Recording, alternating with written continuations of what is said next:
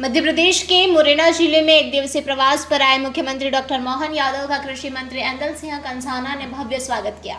बता दें कि हेलीपैड से अटल स्मारक तक सड़क मार्ग से पहुंचे मुख्यमंत्री का कार्यकर्ताओं व गणमान्य नागरिकों ने पुष्पगुच्छ भेंट कर आत्मीय स्वागत किया। भारत रत्न व पूर्व प्रधानमंत्री श्रद्धेय अटल बिहारी वाजपेयी की 20 फुट ऊंची प्रतिमा का लोकार्पण करते हुए मुख्यमंत्री डॉक्टर मोहन यादव ने कहा कि वाजपेयी लोकतंत्र के सच्चे नायक थे। उनका कद इतना बड़ा था कि पद छोटा पड़ जाता था। उन्होंने सिर्फ देश में ही नहीं बल्कि विश्व भर में भारत का मान सम्मान बढ़ाया है। उन्होंने अपना सारा जीवन भारत माता के लिए न्योछावर कर दिया था। मुख्यमंत्री के साथ विधानसभा अध्यक्ष नरेंद्र सिंह तोमर, भाजपा के प्रदेश अध्यक्ष वी.डी. शर्मा हवाई मार्ग से मुरैना पहुंचे थे। बता दें कि अटल स्मारक लोकार्पण के समय महापौर शारदा सोलंकी, प्रभारी मंत्री करण सिंह वर्मा, कृषि मंत्री ऐंदल सिंह कंसाना, सांसद शिवमंगल सिंह तोमर, विधायक दिनेश गुर्जर, सरला रावत, पूर्व विधायक रघुराज कंसाना, परशुराम मुदगल, बलवीर दंडोतिया सहित अन्य कई नेता मौजूद थे। बता दें कि मुख्यमंत्री हवाई मार्ग से राष्ट्रीय चंबल घड़ियाल अभ्यारण्य पहुंचे। नदी में जलीय जीवों के दर्शन करने के साथ ही 10 वयस्क घड़ियाल को नदी में विचरण के लिए मुक्त करने के बाद कहा कि चंबल अभ्यारण्य हमारे देश की प्राकृतिक संपदा है। यहाँ दुर्लभ प्रकार की प्रजातियों का संरक्षण किया जा रहा है। बदलते हुए जलवायु के दुष्परिणामों के कारण इन प्रजातियों को नुकसान पहुंच रहा है। मध्य प्रदेश हमेशा से जैव विविधता के लिए महत्वपूर्ण प्रजातियों के संवर्धन एवं संरक्षण के लिए तत्पर रहा है। इस अवसर पर मुख्यमंत्री ने राष्ट्रीय चंबल घड़ियाल अभ्यारण्य के संरक्षण व संवर्धन का भी भरोसा सभी को दिया। बता दें कि चंबल के राजघाट से मोटर बोट द्वारा नदी के जेतपुर घाट पर पहुंचे। इस दौरान प्रवासी पक्षियों को भी नजदीक से देखा। मुरैना प्रवास के दौरान मुख्यमंत्री डॉक्टर मोहन यादव सिद्ध स्थल करह धाम भी पहुंचे। यहां भगवान के दर्शन कर धर्म लाभ लिया। वहीं संत महात्माओं का आशीर्वाद लेकर गौशाला का अवलोकन किया।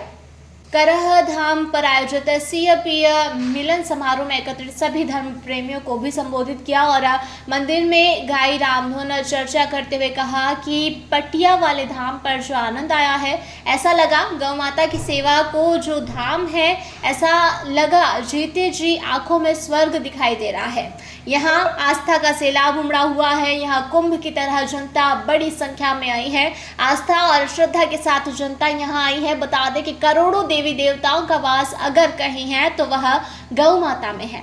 यहाँ गौ माता की सेवा का अद्भुत धाम है। करह आश्रम पर 7,500 गायों की देखरेख की जा रही है।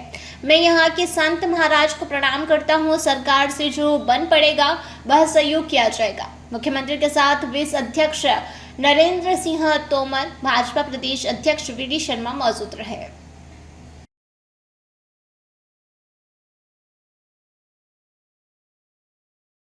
35 वर्ग किलोमीटर फैला हुआ चंबल अभयारण्य घड़ियाल अभयारण्य के नाम से जो 1978 में इसकी स्थापना हुई, लेकिन जिस प्रकार से इस पे प्रॉपर सरकार के माध्यम से ध्यान दिया जा रहा है, 3 राज्यों में बटा हुआ है अभयारण्य, मध्य प्रदेश, राजस्थान और उत्तर प्रदेश। 2024 का अब देश में सबसे ज़्यादा मध्य प्रदेश में है, जिनकी संख्या 2456 है।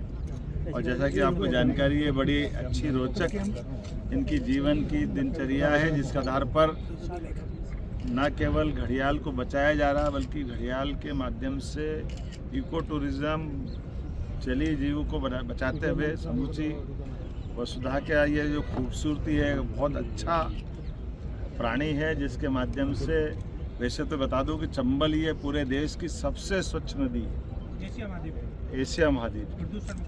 इस बात को सुनकर के आनंद आ रहा है कि एशिया महाद्वीप की नदी बता रहा है। ये हमारे लिए सौभाग्य की बात है, मध्य प्रदेश से निकलती है।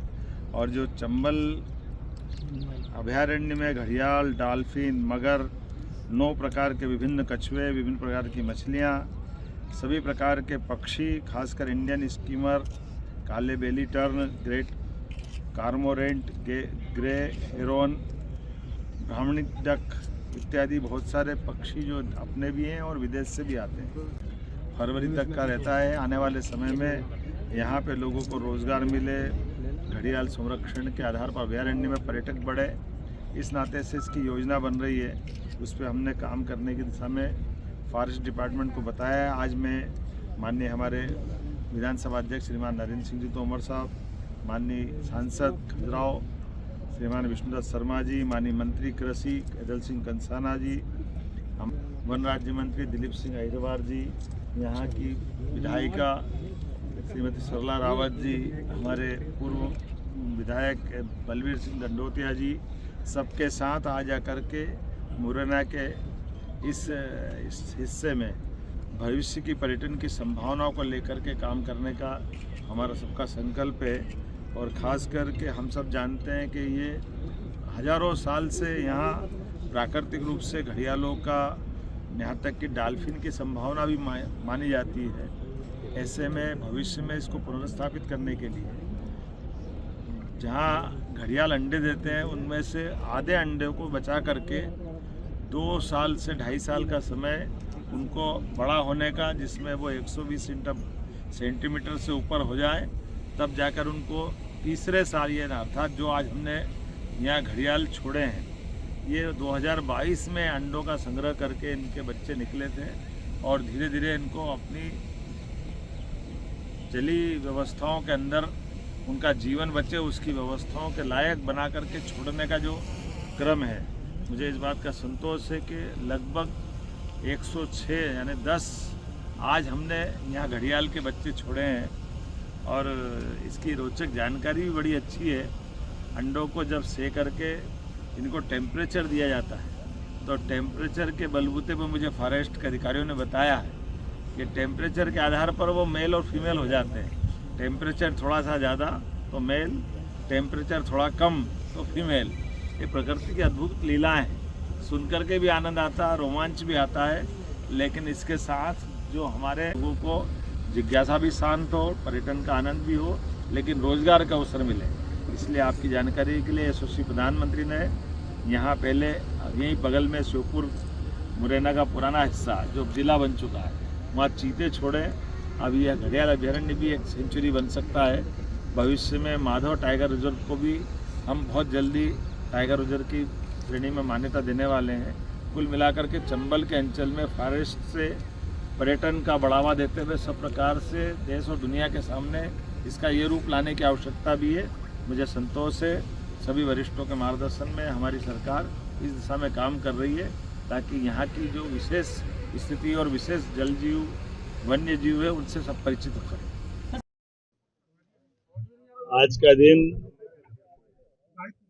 चंबल के लिए खास करके हमारे लिए सौभाग्य की बात है। ये 435 वर्ग किलोमीटर फैला हुआ चंबल अभयारण्य घड़ियाल अभयारण्य के नाम से जो 1978 में इसकी स्थापना हुई, लेकिन जिस प्रकार से इस पे प्रॉपर सरकार के माध्यम से ध्यान दिया जा रहा है, 3 राज्यों में बटा हुआ है अभयारण्य, मध्य प्रदेश, राजस्थान और उत्तर प्रदेश। 2024 की जनगणना में घड़ियाल की संख्या देश में सबसे ज्यादा मध्य प्रदेश में है, जिनकी संख्या 2456 है। और जैसा कि आपको जानकारी है, बड़ी अच्छी रोचक इनकी जीवन की दिनचर्या है, जिसके आधार पर न केवल घड़ियाल को बचाया जा रहा है, बल्कि घड़ियाल के माध्यम से इको टूरिज्म, जलीय जीव को बचाते हुए समूची वसुधा का ये जो खूबसूरती है, बहुत अच्छा प्राणी है, जिसके माध्यम से वैसे तो बता दूं कि चंबल ये पूरे देश की सबसे स्वच्छ नदी है, एशिया महाद्वीप की। मुझे इस बात को सुनकर के आनंद आ रहा है कि एशिया महाद्वीप की नदी बता रहे हैं। ये हमारे लिए सौभाग्य की बात है, मध्य प्रदेश से निकलती है।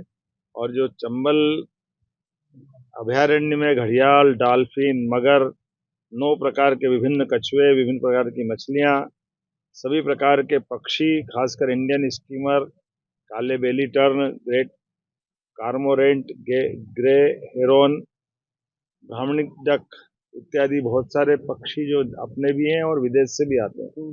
और इसका सबसे अच्छा समय नवंबर से लेकर के फरवरी तक का रहता है। आने वाले समय में यहाँ पे लोगों को रोजगार मिले, घड़ियाल संरक्षण के आधार पर अभयारण्य में पर्यटक बढ़े, इस नाते से इसकी योजना बन रही है। उस पर हमने काम करने की दिशा में फॉरेस्ट डिपार्टमेंट को बताया है। आज मैं माननीय हमारे विधानसभा अध्यक्ष श्रीमान नरेंद्र सिंह जी तोमर साहब, माननीय सांसद खजुराहो श्रीमान विष्णुदत्त शर्मा जी, माननीय मंत्री कृषि अदल सिंह कंसाना जी, हमारे वन राज्य मंत्री दिलीप सिंह अहिरवार जी, यहाँ की विधायिका श्रीमती सरला रावत जी, हमारे पूर्व विधायक बलवीर सिंह दंडोतिया जी, सबके साथ आ जा करके मुरैना के इस हिस्से में भविष्य की पर्यटन की संभावनाओं को लेकर के काम करने का हमारा सबका संकल्प है। और खास करके हम सब जानते हैं कि ये हजारों साल से यहाँ प्राकृतिक रूप से घड़ियालों का, यहाँ तक कि डॉल्फिन की संभावना भी मानी जाती है।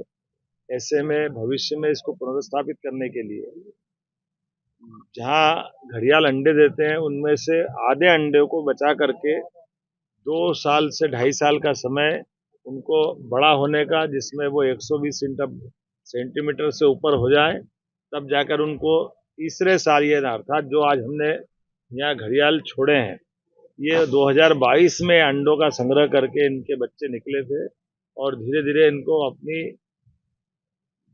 जली व्यवस्थाओं के अंदर उनका जीवन बचे, उसकी व्यवस्थाओं के लायक बना करके छोड़ने का जो क्रम है, मुझे इस बात का संतोष है कि लगभग 106 यानी 10 आज हमने यहाँ घड़ियाल के बच्चे छोड़े हैं।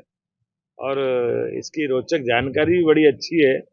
अंडों को जब सेक करके इनको टेम्परेचर दिया जाता है, तो टेम्परेचर के बलबूते पर मुझे फॉरेस्ट के अधिकारियों ने बताया है कि टेम्परेचर के आधार पर वो मेल और फीमेल हो जाते हैं। टेम्परेचर थोड़ा सा ज़्यादा तो मेल, टेम्परेचर थोड़ा कम तो फीमेल। ये प्रकृति की अद्भुत लीलाएं हैं, सुनकर के भी आनंद आता है, रोमांच भी आता है। लेकिन इसके साथ जो हमारे ग्रामीण आसपास के यहाँ ग्रामीणवासी है, उनको भविष्य में पर्यटन की दृष्टि से लोगों को जिज्ञासा भी शांत हो, पर्यटन का आनंद भी हो, लेकिन रोजगार का अवसर मिले। इसलिए आपकी जानकारी के लिए यशस्वी प्रधानमंत्री ने यहाँ पहले यहीं बगल में श्योपुर मुरैना का पुराना हिस्सा जो अब जिला बन चुका है, वहाँ चीते छोड़े। अब यह घड़ियाल अभ्यारण्य भी एक सेंचुरी बन सकता है। भविष्य में माधव टाइगर रिजर्व को भी हम बहुत जल्दी टाइगर रिजर्व की श्रेणी में मान्यता देने वाले हैं। कुल मिलाकर के चंबल के अंचल में फॉरेस्ट से पर्यटन का बढ़ावा देते हुए सब प्रकार से देश और दुनिया के सामने इसका ये रूप लाने की आवश्यकता भी है। मुझे संतोष है, सभी वरिष्ठों के मार्गदर्शन में हमारी सरकार इस दिशा में काम कर रही है, ताकि यहाँ की जो विशेष स्थिति और विशेष जल जीव, वन्य जीव है, उनसे सब परिचित हो सके। मुख्यमंत्री के साथ वन मंत्री भी हैं, घड़ियाल संरक्षण में लगे वन कर्मियों को सुरक्षा के लिए सारी चीजें की जाएगी। जितना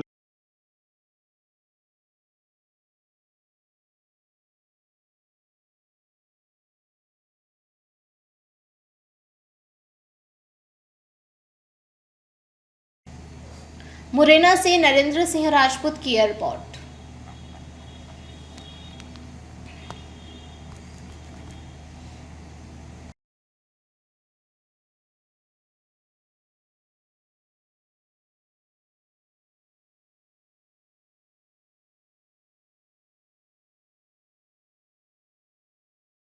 शर्मा जी, अच्छा हुआ अभी यहीं मिल गए। ये लीजिए, मुंह मीठा कीजिए। अरे ईशान, ये मिठाई किस खुशी में? शर्मा जी, मैंने नई कार ली है। अरे वाह, बहुत बधाई ईशान बेटा। लोन से ली होगी। क्या बात है ईशान भैया, नया घर भी बना लिया, नई गाड़ी भी ले ली, कहीं लॉटरी वॉटरी तो नहीं लगी है? हाँ भाई, कोई लॉटरी लगी है क्या? अरे नहीं, ये तो बाप जी ऐसे ब्लॉक्स का कमाल है। बापजी ब्लॉक्स? वो कैसे? वो ऐसे क्योंकि मैंने अपना घर बनाने में लाल ईंटों की बजाय बाप जी ऐसी ब्लॉक्स का इस्तेमाल किया, जो लाल ईंटों की बजाय ज्यादा मजबूत, टिकाऊ और सस्ता होता है। इसमें ना प्लास्टर और सीमेंट की जरूरत होती है, ना ही तराई करने की झंझट। और लाल ईंटों के मुकाबले ऐसी ब्लॉक्स के इस्तेमाल से 5 गुना तेजी से निर्माण हो जाता है और मकान बनाने की कुल लागत में 40% तक की बचत भी हो जाती है। तो बाकी बचे हुए पैसों से मैंने नई कार ले ली, तो हुआ ना डबल फायदा। भैया कहाँ मिलेगा बाप जी एसी ब्लॉक? अब आप भी बनाए अपने सपनों का घर बाप जी ऐसी ब्लॉक्स के साथ। बाप जी ऐसी ब्लॉक्स, स्टील से मजबूती।